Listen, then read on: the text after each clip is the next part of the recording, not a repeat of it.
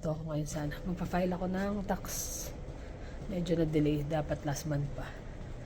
Nantay ko kasi yung kay Jonas wala pa yung kanya. Oops, dito tayo. Purba tax. So yan, nakapagpa-compute na ako ng tax. Nagulat ako kasi kahit papano may refund kami pareho. Sabi ko, first time yun Parang ako may nakuha akong refund pa isa-100. Tapos siya laging negative. So laging bayad pa kahit ang laki ng tax. So hindi ko na alam kung ano yung factor kasi halos pareho naman Mas tumaas yung sahod namin. So expected ko mas magano kami magbabayad. Pero so far good news. Sabi ko nga dun sa kahit $20 lang yan or kahit wala kayong makuha as long as hindi kami magbabayad. Kasi ang laki nga lagi nung namin kaltas. So ayan, kapal pa rin ng yelo. Pero naglulusaw na siya. So duman ako saglit sa car wash. Inaano ko lang, alam ko magpuputik pa rin pero hindi ko na halos makita yung side mirror sa dami nung talsik. Kaya nag-spray ako saglit. Tapos ayan ngayon. Medyo hindi nga maganda ang ko ngayon timpla nung kasi nag-start ako minom ng gamot para sa nerve damage na binigay sa akin. So sabi ko hindi ko alam kung dahil unang gamit ko. Pero parang mas makirot siya. Kaya lang nakapag na kasi ko yung sa tax na ko na yun na ko na siya appointment, nakakuha na ko na ngayon. Magkakatapusan na rin ng March so kailangan talaga i-file na.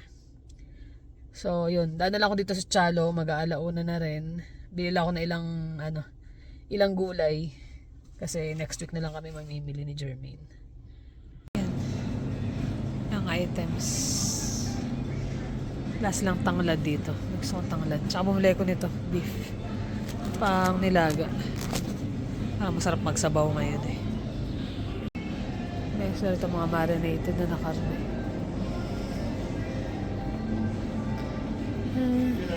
Pero maanghang yun usually. Sa Asian section.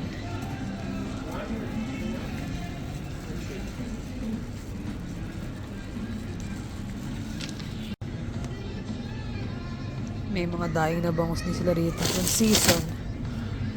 Pampano. Ang hirap lang is walang presyo. May crab din sila rito. Frozen crab.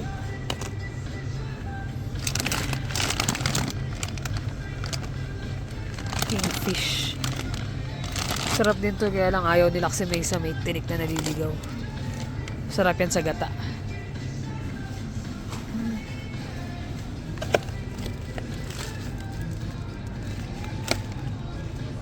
$12.99 dalawang piraso lang.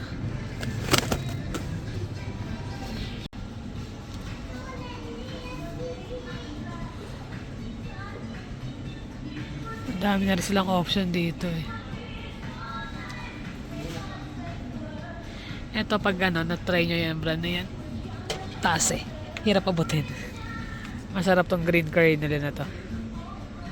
Pero meron pa ako sa bahay. Ayos to, may ramen na rin sila rito. Fresh noodles. Saan gawa ito? China. Udon. Ito kumuha ako isa. Parang masarap to, may lang yung garlic tapos spicy.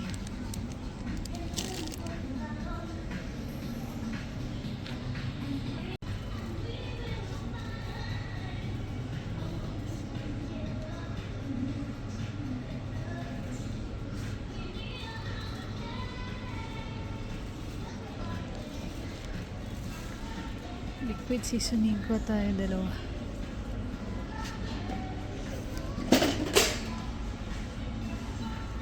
Tapos ketchup, wala na rin kaming ketchup.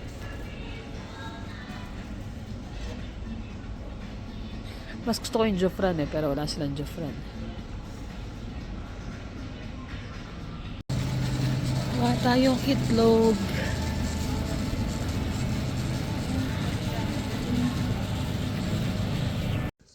So ayan, ito yung napamili ko sa Chalo. As in, saglit lang talaga ako.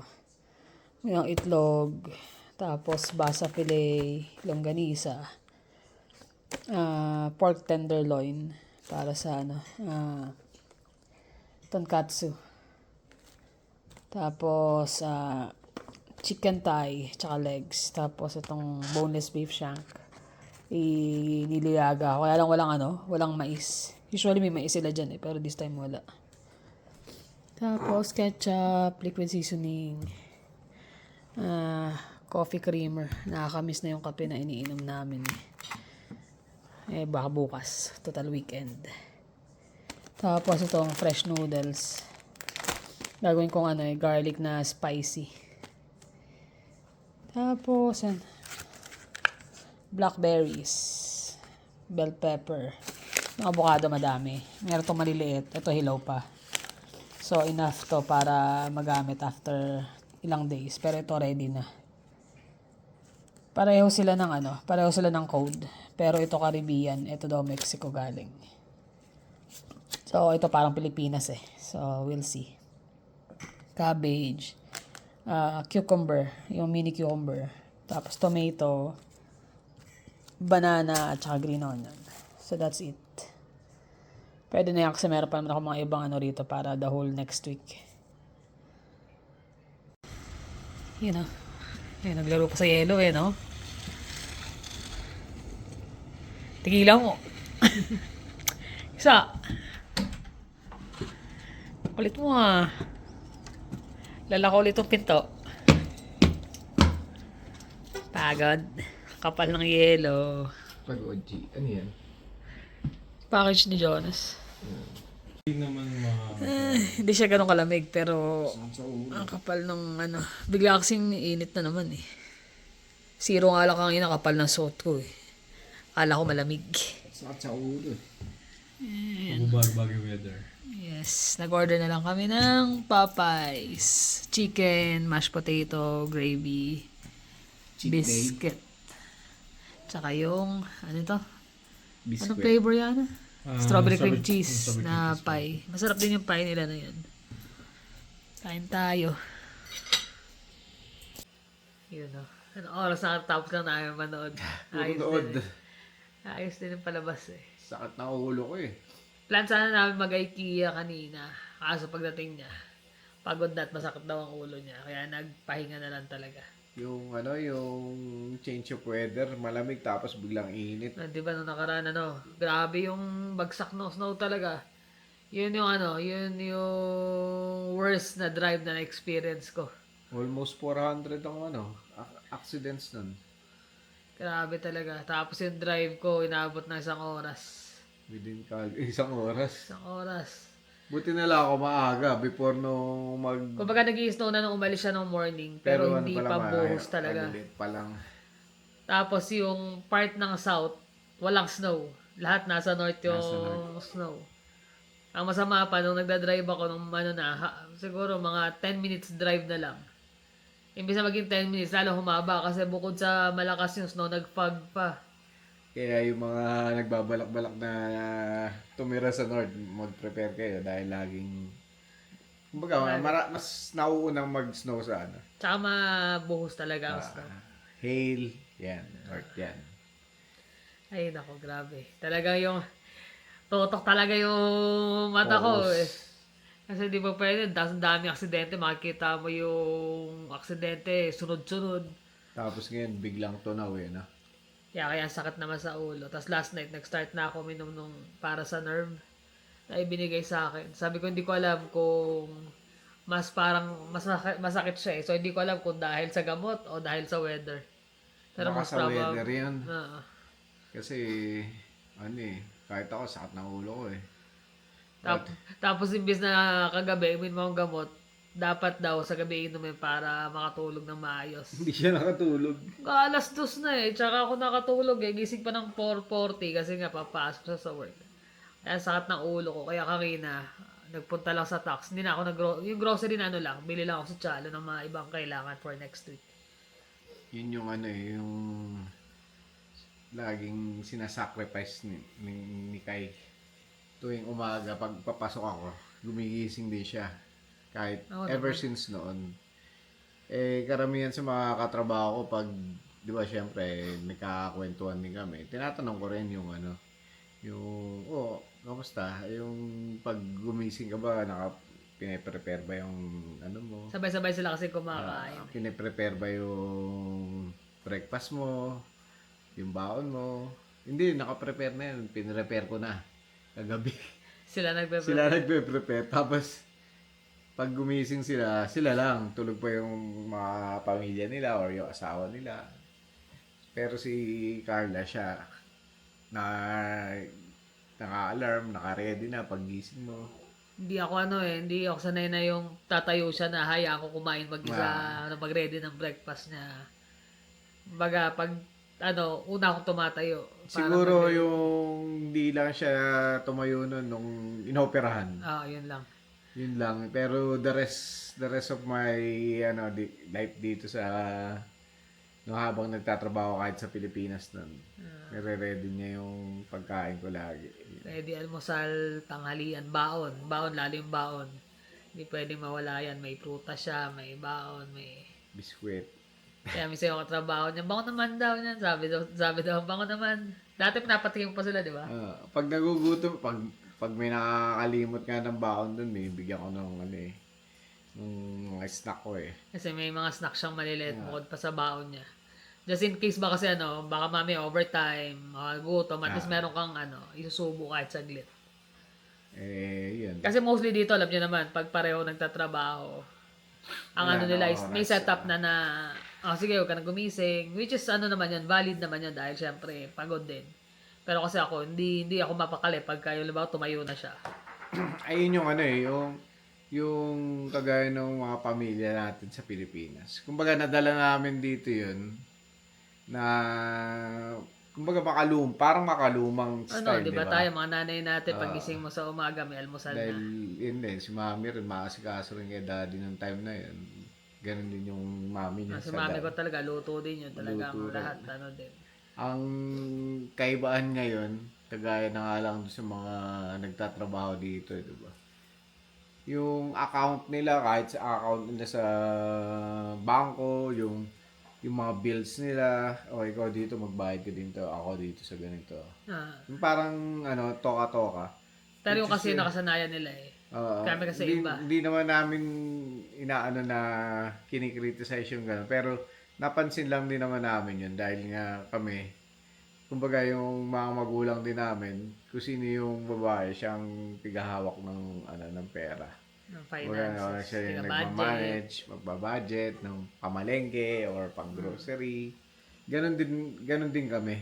Kumbaga nadala namin kung yung nadala nakasanayan, namin. nakikita namin sa mga magulang namin. Siyempre, growing up, makikita mo naman yun, di ba, kung paano nag-work. Sa amin kasi ever since nasa Pilipinas, sa amin nag-work yung ganun. Ako yung nagbabudget. So kahit na pagdating dito na pareho kami nagtatrabaho, pa rin, kumbaga, ito, basta alam niya kung magkano yung laman, ito yung ganyan. Hindi rin naman ako matanong sa mga ganun din. Kasi wala naman tayong kumbaga, trabaho, yung mga bills, bayarin. Yun lang. Bumili man kami kumbaga. Pa-sundot-sundot lang. Hindi naman yung... Actually, ako nga, di ba, may nagka-bonus. Wala ako yung, gusto ko nito. Wala talaga wala akong yung gusto ko nito, gusto ko niyan. Hindi ko rin alam bakit. Siguro kasi isip ko, nandito lang naman sa bahay. Wala nang Ang luho lang naman namin pagkain. Hindi ka rin makalabas kasi nga winter. Pero soon yan. Magsa-summer na. Kami, mga lang naman ng mga bata, yung mga hobby-hobby. Pero may limit din naman, syempre. Kailangan na ganun. Yan mga bata. Kaya nga siguro, baka pag nag-asawa sila, syempre hanapin din lang yung way na ganyan. Nagigising sa umaga, may almusal na. Yun lang. Uuwi sila, may Siyempre. naka-ready na. Kumbaga modern na ngayon, hindi na na. Dito kasi, syempre, lalo kung dito, di ba? Sanay na kanya-kanya. Sige na, papasok to ba? Papasok ka. Hindi naman kung babae, lagi sila yung maghahanda or magre-ready ng baon mo. Siyempre, kung meron ka rin naman na may oras ka din naman na di ba, na pwedeng ilaan doon. Why not? Gawin mo rin, di ba? Or siyempre, in a simple way, minsan, bibigyan mo rin naman ng price yung partner mo na... Anong price din? Ano ba gusto mo? French fries. Utut. Minsan, binibili ko rin siya ng mga kung ano na hindi naman niya hinahangad na Di man ako pala gusto ko to, gusto ko na. Minsan lang siya humingi nun, kagaya na sa book, yung mga, Yan. Yung mga kailangan ko yun eh. Pero yung mga bagay na ano lang, wala. Hindi ko alam. Siguro nasanay talaga ako na wala rin masyadong ano eh. Tapos natira pa tayo sa small town. So wala ka naman talaga. wala ka talaga. Baga nasanay na Ilang gano'n. taon din. Hindi, sa bagay, ilang taon din naman. Umuwi pa tayo dito sa city. Medyo naging magastos nung unang taon. Pero nakapag-adjust din naman tayo, di ba? Tsaka knowing pa na sa Pilipinas, kahit pumapasok ako nun, bahay, trabaho lang din eh. Kahit nung nasa Korea siya, lalabas lang ako paglalaro ko yung mga bata sa labas, pagbabantayan ko. Kaya nga yung mga ginagawa ng mga anak natin is hindi do sa sinuwerte ka, mabait yung mga anak mo or disiplinado yung mga anak mo. Hindi do sa swerte ka eh. Yun yung tamang pagpapalaki, parang gano'n, di ba? Na ibibigay mo sa kanila yung mga gano'n. Kagaya ng tatay ko nung time na yun. Kasi nga, di ba, Navy yung US Navy yung tatay ko. Medyo stricto talaga yun. Kailangan nakauwi ka na ng ganito, ganyan. Yung disiplina niya na ibigay niya sa akin, na i-apply ko rin naman doon sa dalawa. Parang medyo na-disiplina ko sila, nailayo ko sila sa mga masasamang bisyo, ng mga time na medyo ano pa sila, curious pa na tikman to, testingin to, di ba? Yung may mga ganun.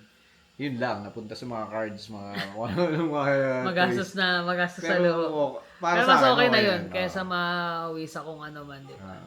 Sa akin, okay na yun. Yun nga rin yung sabi nung tatay ko na, lalo na nung malapit na siyang matanda na, sabi niya, naiyak nga ako na nung tanda ko yan eh. Kinakausap niya ako eh. Kasi yung mga kapatid ko naman nun, ewan ko, parang hindi pa sila parang hindi nila, ako lagi yung nando dun eh. Ikaw lagi kasama ng Oo, daddy. ako lagi kasama ng daddy ko eh. Sabi niya, darating yung araw na mawawala na rin ako, syempre. Tapos di naiiyak na ako. Sabi niya, hindi ko na, dahil may sakit siya sa baga ng time na yun eh. Sabi niya, darating yung araw, mawawala ako. Wala naman akong kayamanan na pamamana sa inyo. Hindi naman ako milyonaryo, may malaking bahay or malaking lupain na paghahati-hatian niya. Sabi niya, yung mga naituro ko lang sa iyo at sa mga kapatid mo yung maiiwan ko. Baga legacy. At saka yung pagpapaaral na binigay niya para sa amin. Sabi niya, hindi naman ko mo nakapagtapos kayo sa magiging maganda na yung outcome ng buhay mo. Ang nasa sayo pa rin yun. Nasa disiplina mo, nasa pagpupursige mo. Lagi yung word na pagpupursige yung yung nakatanim sa utak ko eh. Kung kaya nila, kaya mo rin. Yun lagi yung sinasabi niya eh. Kasi pag nawalan ka ng will na magpursige sa buhay, parang sumuko ka na. Parang ganun. Yun yung mga nakatatak sa utak ko nun eh. Kaya kahit sa sports nun, kahit maliit ako nun, talagang pinipilit ko makapaglaro ko ng mahusay. Pursige talaga. Sa basketball or sa kung saan man. Ay, naalala ko lang yung tagal na nun. Ganun talaga. Tsaka si Ninya maliit pa nun di ba? Wala pa si Ninya, maliit pa talaga nun. Baga, wala pa sa isip ni Ninya na nangyayari na. Nakaburol nga, naglalaro si Ninya sa ilalim nung nung ataol eh. Hindi alam, syempre. Hindi niya alam Baby pa siya nun. Ay, nako. Ayun. Maiba nga pala nakapag na ako ng tax, di ba? Kanina. Kahit pa paano. Ngayon lang from kailan yun? February pa namin nakuha yung T4 namin. Inaantay ko yung kay Jonas para sabay-sabay na usually kami pag nagpapa-compute eh. Kaya hanggang ngayon wala pa. So nag-go na kami na magpa-compute. Sabi ko, ano ba yan? Sabi ko, in-expect ko baka mga malaki na naman. Tapos wala nga pala tayo ng bakasyon, di ba? Isang buwan din wala income natin. Kaya kahit pa paano mas mababa. Kaya gulat kami, ba may refund? Sabi ko, kailangan pala magbabakasyon na every year. para di ka magbayad. Ay, nako. Magandang idea yan, dira. Ay, nako. Tapos, natatawa ko doon sa tinuturuan ko eh. nakakatawa na nakakainis eh. Dahil nga yung mga style niya eh. Parang yung trip niya yung bibigay niya sa'yo kahit hindi yun yung tinuro mo. Makulit. Tapos nung minsan pauwi na kami, nagre-reklamo siya sa akin. Tapos sabi ko hindi ko masasagot yun sa mga payroll na yan. Tsaka hindi ako hindi ako expert dyan sa payroll dahil ako tinitingnan ko lang yan. Hindi ako magaling sa numbers ka ako. Gusto mo pumunta ka kay James o kaya sa HR natin. Pucho, pumunta ka kay James, tinanong niya bakit daw may tax siya samantalang kabago-bago niya lang daw sa Canada. Parang ilang buwan pa lang siya sa Canada. Dapat daw hayaan muna siya mag-stable tsaka siya i-tax. Hindi ganun talaga eh. Sabi ko ka sa kanya, hindi ko ka masasagot yan. Huwag mo sa akin ikwento yan. Doon mo na ikwento. Ako may mga problema rin ako sa trabaho. Sabi ko, sa iba mo na ikwento. Sabi ko gano'n, hindi ko pwedeng sagutin yan. Mamaya, mabigyan ka ng mali na advice ano mangyayari sa atin, di ba? Kinuwento niya ngayon kay James. Sabi ni James, bawat mamamayan dito sa Canada, kailangan magbigay ng tax. Oo. Kahit Sabi ako niya, bakit ang daming tax? May CPP, may tatlo kasi yun, EI, federal, CPP, Ay, nako. Tapos kung sa government ka pa, may provincial tax pa yun. Provincial pa. So, nung una rin ako ganun eh. Parang, oy, compute kami. Gato matitira sa akin, ganyan. Pagdating, alam ko naman na may tax, pero hindi ko na-expect na ganun. Kahit ang una ako, gulat ako, oh my gosh, sabi ko, laki ka ako din ng tax. So, yung compute, kalabas-labas, wala ako matitirang grocery, lahat, pambayad ng utang, May padala. utang pa tayo sa Pilipinas kasi noon. Oo, kasi mahal. Laki nung ginastos papunta dito nung time na yun. Pero so far, na yun Diyos, okay na. Kaya naalala ko lang din yung tax na yan eh. Kasi kung siya ganun eh. Pero kung di ko naman sinabi na, pwede ba muna akong kaltasan kasi yun ang rules dito eh. Yung katrabaho niya, baka daw pwede stable muna bago matkaltasan. Ay, sabihin mo sana, CRA. Huwag niyo muna akong kaltasan. Tapos sabi niya kanina, pauwi na kami. Alam mo ba, sabi ganyan, makakalipat na kami, makakatipid na kami sa sa rental. Sabi ko, bakit saan ba kayo nakatira? Sa parang apartment na maliit. Sino asawa niya. Wala pa nga daw masyadong gamit eh. Sabi niya, pero nag-apply na kami ng ng parang yata low income subsidy ng Okay. ng government. Sabi ko, low income, nandito ka na. Tapos yung asawa mo, nasa airport na, security na doon.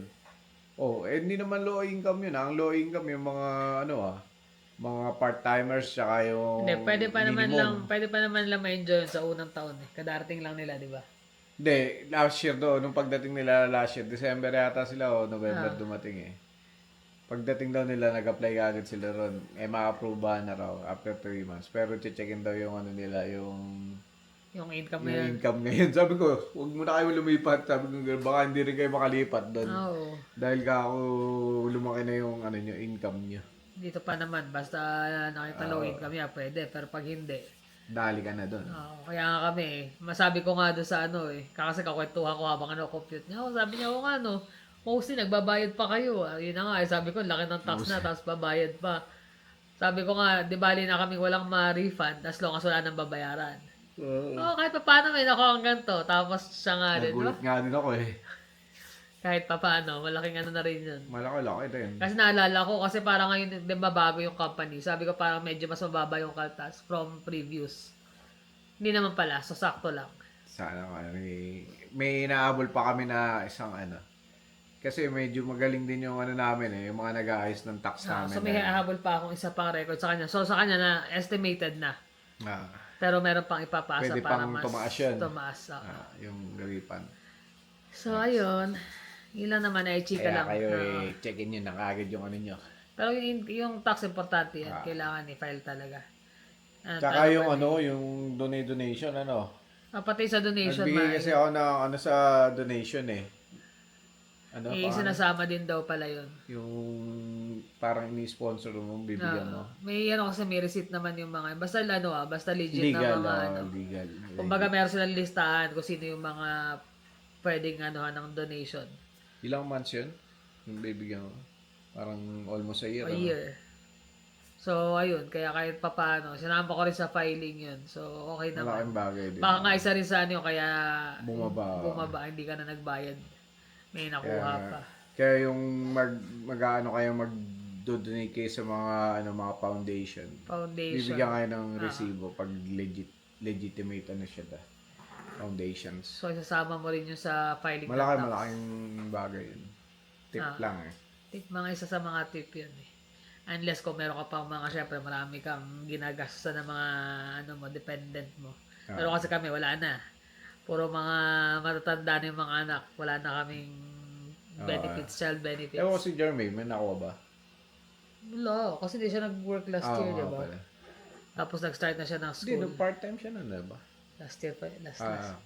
Tagal na. 1 year nang wala. Sa ila naman guys, na ikwento lang naman namin sa inyo at kami, lang din talaga, bahay trabaho, lalo sa ganyang weather. Tax season. At least nakapag-file na kami, okay na. Less alalahanin na. Ano guys, thank you for always watching. See you on the next vlog. Bye.